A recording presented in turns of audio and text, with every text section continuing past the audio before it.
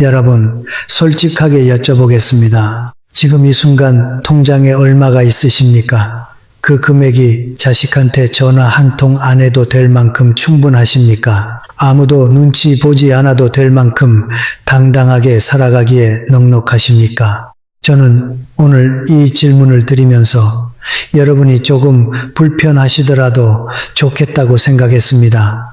불편함이 없으면 사람은 움직이지 않습니다. 편안한 말만 들으면 고개를 끄덕이다가 결국 아무것도 바뀌지 않습니다.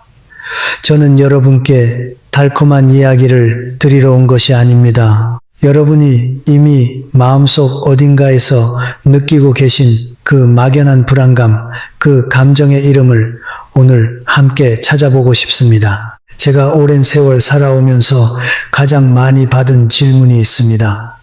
어떻게 하면 노후를 잘 살 수 있느냐는 물음입니다.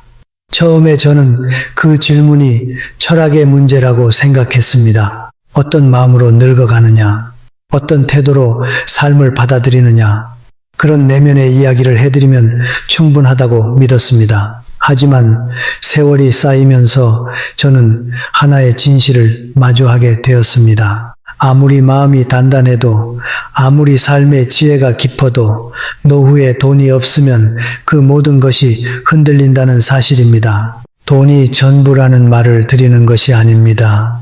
하지만 노후에 돈이 없으면 전부를 잃는 것과 같아집니다. 그것이 오늘 제가 여러분과 나누고 싶은 이야기의 출발점입니다. 여러분, 잠깐 눈을 감고 생각해 보십시오.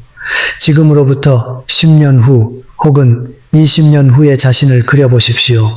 그때 여러분은 어디에 있을 것 같습니까? 어떤 표정으로 아침을 맞이하고 있을 것 같습니까? 자식에게 전화를 걸 때 그 손이 편안합니까?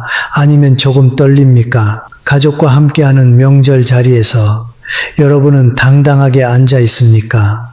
아니면 혹시 눈치를 보고 있습니까? 그 그림이 어떻게 그려지느냐는 지금 이 순간 여러분이 어떤 선택을 하느냐에 달려 있습니다. 그리고 그 선택은 거창한 것이 아닙니다. 아주 작고 아주 조용하고 아주 꾸준한 습관에서 시작됩니다. 저는 오늘 그 이야기를 드리고 싶습니다. 같은 출발점에서 시작한 두 사람의 이야기를 먼저 들려드리겠습니다. 저는 오랫동안 사람들을 관찰해 왔습니다. 철학을 가르치는 사람이 사람을 관찰한다는 것이 조금 이상하게 들릴 수도 있겠지만 사실 철학이란 결국 사람을 이해하는 학문입니다. 삶의 이치를 책에서만 찾는 것이 아니라 곁에 있는 사람들의 삶에서 찾는 것, 그것이 제가 평생 해온 일입니다. 같은 시대를 살고 같은 직장을 다니고 비슷한 소득을 올렸던 두 사람이 60대에 전혀 다른 삶을 살아가는 모습을 저는 수없이 봐왔습니다. 그 두 사람의 이야기가 오늘 여러분께 드리는 제 이야기의 뼈대가 됩니다. 한 사람은 젊은 시절부터 조금씩 아주 꾸준히 모았습니다. 큰 욕심이 있어서가 아니었습니다. 대단한 계획이 있어서도 아니었습니다. 그저 나중을 위해 라는 단순한 생각 하나로 매달 조금씩 통장에 넣어두었습니다.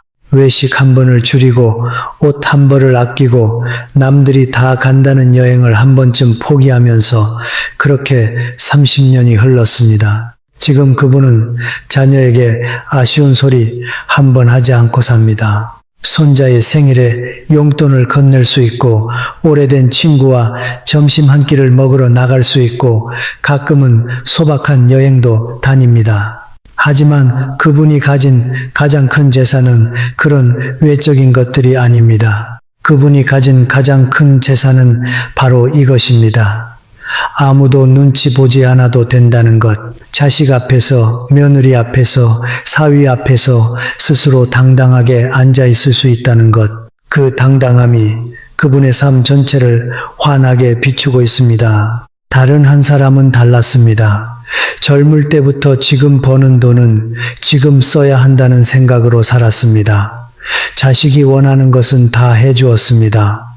풍족하게 썼습니다. 가족 여행도 자주 다녔고 명절마다 넉넉하게 차렸고 자녀의 결혼식에도 남부럽지 않게 했습니다. 그것이 사랑이라고 믿었습니다. 가족을 위해 쓰는 돈이니 아까울 것이 없다고 생각했습니다. 그런데 정년이 되고 남편이 갑자기 몸이 아파지자 그분은 전화기를 들어야 했습니다. 자녀에게 손을 벌려야 하는 순간이 온 것입니다. 아무리 사랑하는 자식이라도 그 순간 눈치가 보였습니다. 전화기를 들면서 손이 잠깐 떨렸다고 했습니다.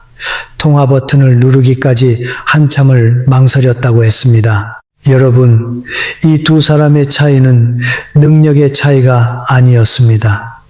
재능의 차이도 아니었습니다. 운의 차이는 더더욱 아니었습니다. 오직 하나, 습관의 차이였습니다. 매달 조금씩 모으는 습관을 가졌느냐, 갖지 않았느냐. 그 작은 차이가 30년 후에 전혀 다른 삶을 만들어냈습니다. 저는 이 두 사람의 이야기를 떠올릴 때마다 삶이란 결국 지금 이 순간의 선택들이 모여 만들어지는 것이라는 생각을 합니다. 거창한 결심이 아니라 조용하고 작은 선택들, 그것이 쌓여서 한 사람의 노후를 만듭니다. 이제 조금 더 깊은 이야기를 드리고 싶습니다. 저는 오늘 여러분께 돈 이야기를 드리고 있지만 사실 이것은 돈 이야기가 아닙니다. 이것은 품위의 이야기입니다. 자존심의 이야기입니다. 그리고 사랑의 이야기입니다. 우리 세대는 이런 말을 들으며 자랐습니다. 돈이 전부가 아니다. 맞습니다. 저도 그 말을 믿습니다. 하지만 제가 오래 살아보니 그 말 뒤에 숨겨진 또 다른 진실이 있었습니다. 노후에 돈이 없다는 것은 곧 목소리를 잃는 것입니다. 자식 앞에서 말하고 싶은 말을 참게 됩니다. 며느리가 섭섭하게 대해도 아무 말을 못합니다. 사위가 날선 표정을 지어도 외면합니다. 그것은 단순히 가난의 문제가 아닙니다. 그것은 평생 지켜온 품위가 조금씩 무너지는 순간들입니다. 그 무너짐은 소리 없이 옵니다. 어느 날 갑자기 자신이 아주 작아진 것 같은 느낌. 아무도 대놓고 무시하지 않았는데 자신이 스스로를 작게 여기게 되는 그 순간, 그것이 노후의 가장 큰 상처 중 하나입니다. 저는 이렇게 생각합니다. 자식을 가장 진심으로 사랑하는 방법 중 하나는 늙어서도 자식에게 손 벌리지 않는 것입니다. 자식이 자기 삶을 마음껏 살 수 있도록 부모가 스스로 든든하게 서 있는 것, 그것이 진짜 부모의 사랑이 아닐까요? 자식에게 모든 것을 쏟아부어 주는 것, 물론 그것도 사랑입니다. 하지만 그 사랑이 나중에 자식의 어깨를 짓누르게 된다면 그것은 진정한 사랑이라고 할 수 있을까요? 자식이 부모 걱정 없이, 부담 없이 자신의 삶에 집중할 수 있도록 해주는 것, 그것이 부모로서 자식에게 줄 수 있는 가장 큰 선물이라고 저는 생각합니다. 여러분, 한번 생각해 보십시오. 지금 자녀들이 얼마나 무거운 짐을 지고 있는지를, 대출이자, 자녀 교육비, 직장 스트레스, 저마다의 삶의 무게, 거기에 부모의 노후까지 걱정해야 한다면 그 자식의 삶이 얼마나 고단해질까요? 아무리 효심이 깊은 자녀라도, 아무리 부모를 사랑하는 마음이 크더라도 그 무게는 결국 관계를 조금씩 틀어지게 만들 수 있습니다. 그 틀어짐을 막아주는 것이 바로 노후의 준비입니다. 품위를 지키는 준비입니다. 자식에게 사랑받으면서도 당당하게, 기대지 않으면서도 따뜻하게 곁에 있을 수 있는 힘. 그 힘은 통장 잔고에서 오는 것이 아닙니다. 그러나 통장 잔고 없이는 그 힘을 유지하기가 몹시 어렵다는 것도 사실입니다. 여러분, 건강 이야기를 하지 않을 수가 없습니다. 건강할 때는 잘 모릅니다. 몸이 말을 잘 들어줄 때는 병원이 나와는 상관없는 것처럼 느껴집니다. 하지만 60이 넘으면 누구에게나 어김없이 찾아옵니다. 검사 수치가 이상하다는 통보, 정밀 검사를 받아보자는 의사의 권유, 입원이 필요하다는 말, 수술 날짜를 잡자는 이야기. 그 순간 통장이 비어 있다면 어떻게 될까요? 자식들에게 연락해야 합니다. 자식들은 각자의 삶에서 이미 어깨가 무겁습니다. 거기에 부모의 병원비까지 얹히는 순간 아무리 효심이 깊은 자녀라도 흔들릴 수 있습니다. 흔들리지 않으려 해도 흔들리는 것이 사람의 마음입니다. 그리고 그것은 자식의 잘못이 아닙니다. 사람이 살아가는 방식이 그렇기 때문입니다. 하지만 노후 자금이 있다면 달라집니다. 내가 원하는 병원을 선택할 수 있습니다. 좋은 의료 서비스를 받을 수 있습니다. 치료 방법을 결정할 때도 경제적 이유 때문에 포기하지 않아도 됩니다. 그리고 무엇보다 자식에게 미안하지 않아도 됩니다. 그 미안함, 여러분, 그 감정이 얼마나 사람을 힘들게 하는지 아십니까? 몸이 아픈 것도 힘든데 거기에 미안함까지 더해지면 사람은 두 겹으로 아프게 됩니다. 몸의 아픔과 마음의 아픔을 동시에 견디는 것, 그것은 정말 무겁습니다. 자식에게 미안하지 않아도 되는 것, 아픔이 찾아와도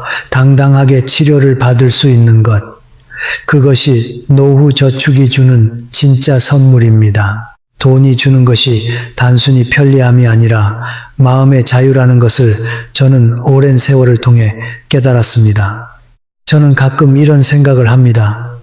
사람이 늙는다는 것은 어떤 의미인가?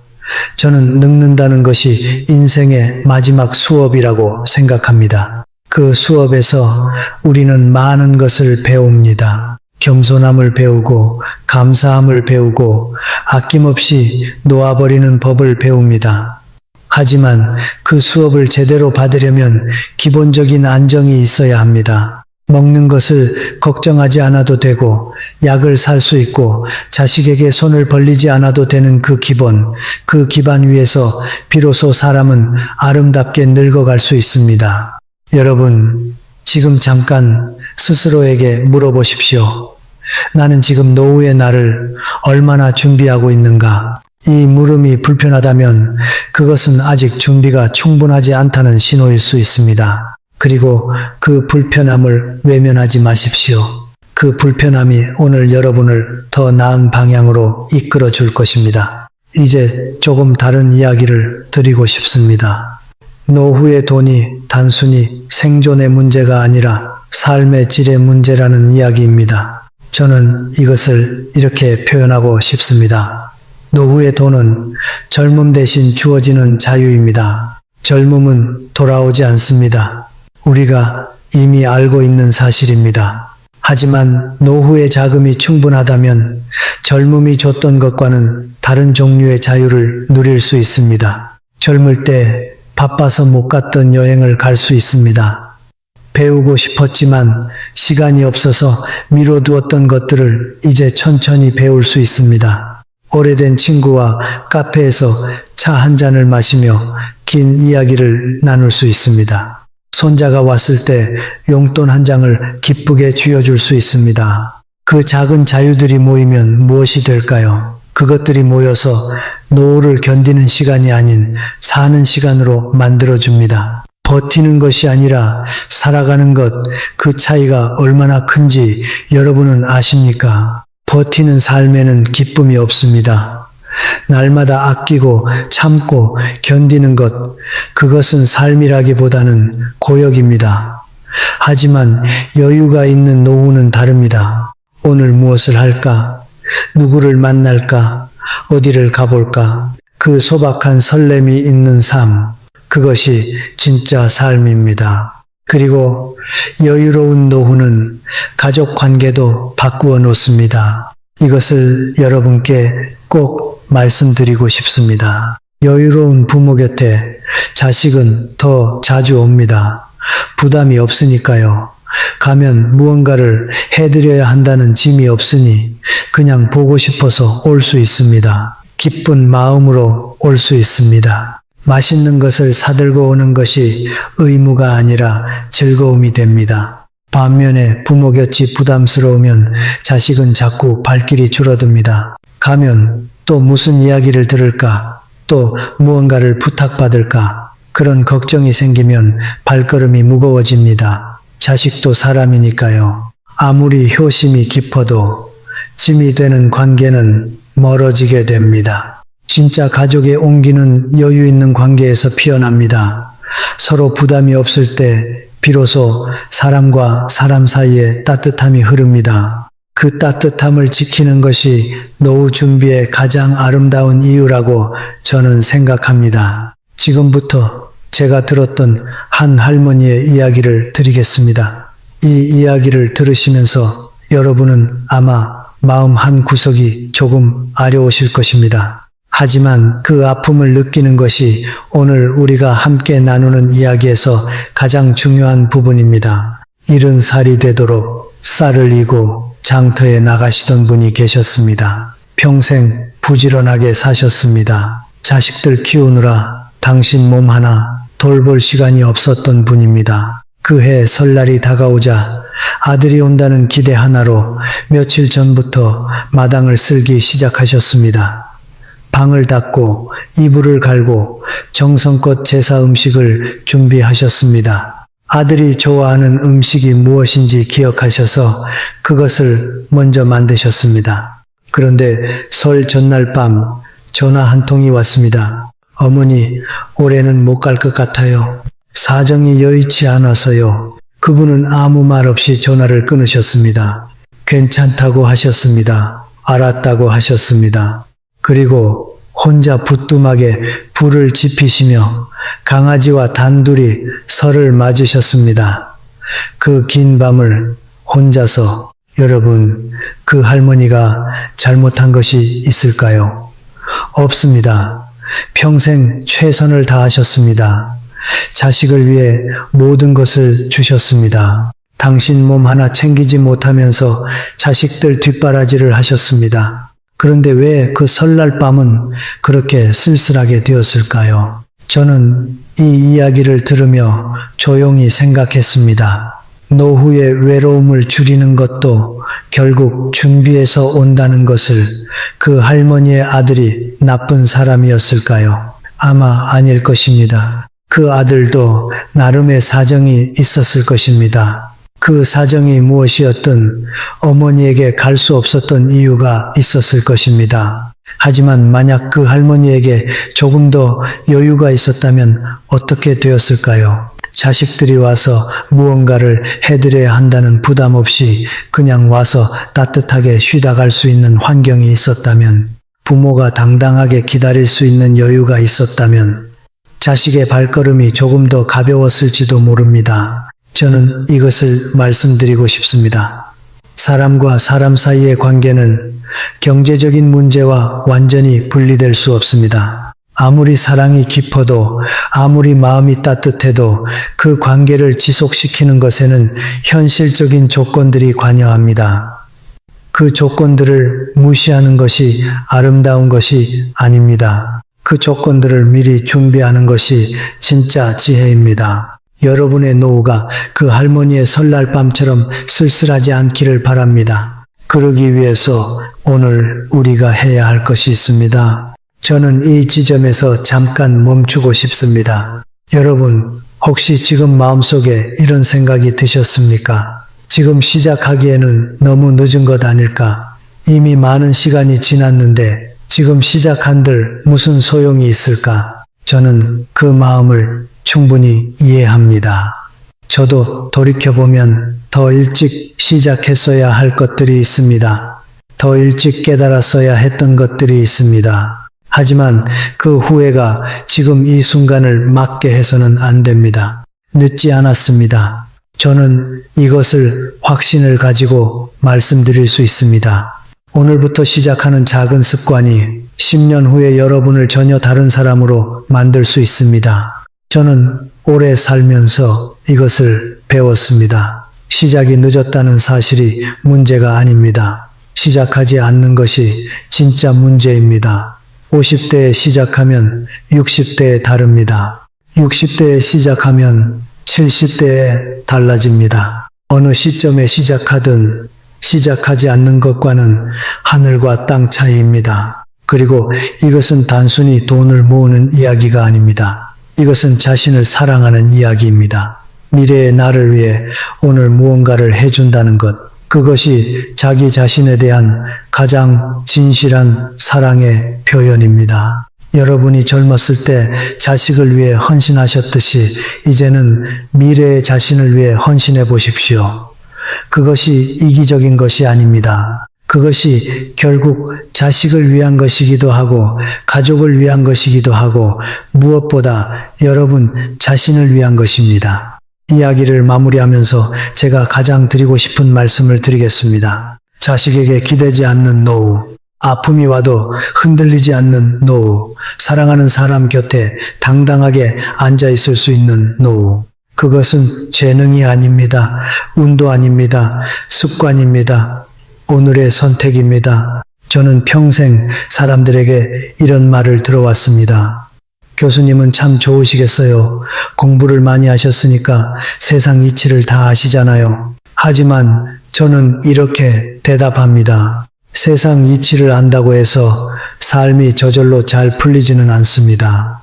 이치는 알아야 하지만 실천이 따라야 합니다. 아는 것과 하는 것 사이의 거리가 인생의 가장 중요한 거리입니다. 오늘 이 영상을 통해 여러분이 무언가를 아셨다면 이제 하나 더 나아가셔야 합니다.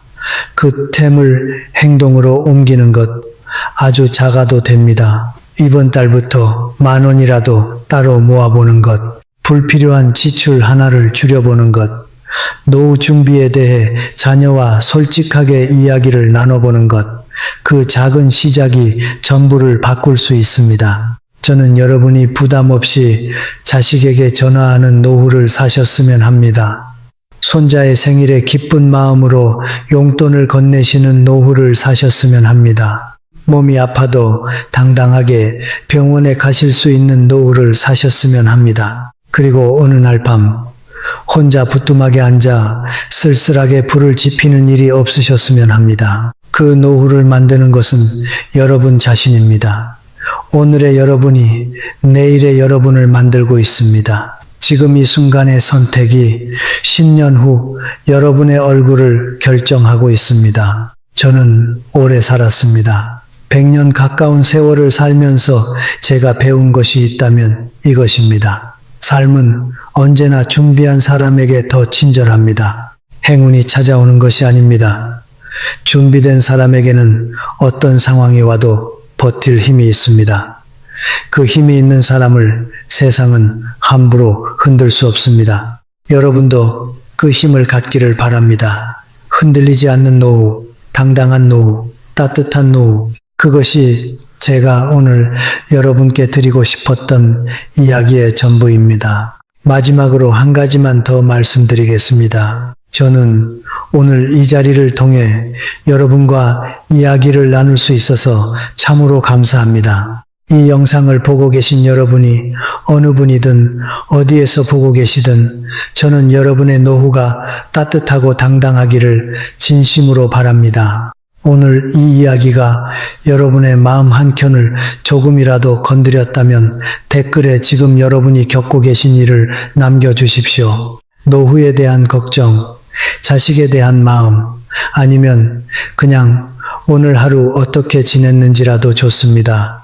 저는 여러분의 이야기를 듣고 싶습니다. 그 이야기를 바탕으로 다음에 더 깊이 나누어 드리겠습니다. 그리고 좋아요와 구독은 제가 더 좋은 이야기를 여러분께 가져올 수 있는 힘이 됩니다. 저 혼자 힘으로는 이 이야기가 더 많은 분들께 닿지 못합니다. 여러분의 구독 하나가 같은 고민을 하고 계신 또 다른 누군가에게 이 이야기를 전해주는 일입니다. 그 마음으로 구독 버튼을 눌러주시면 참으로 감사하겠습니다. 오늘도 건강하시고 따뜻하시고 당당하게 하루를 마치시길 바랍니다. 감사합니다, 여러분.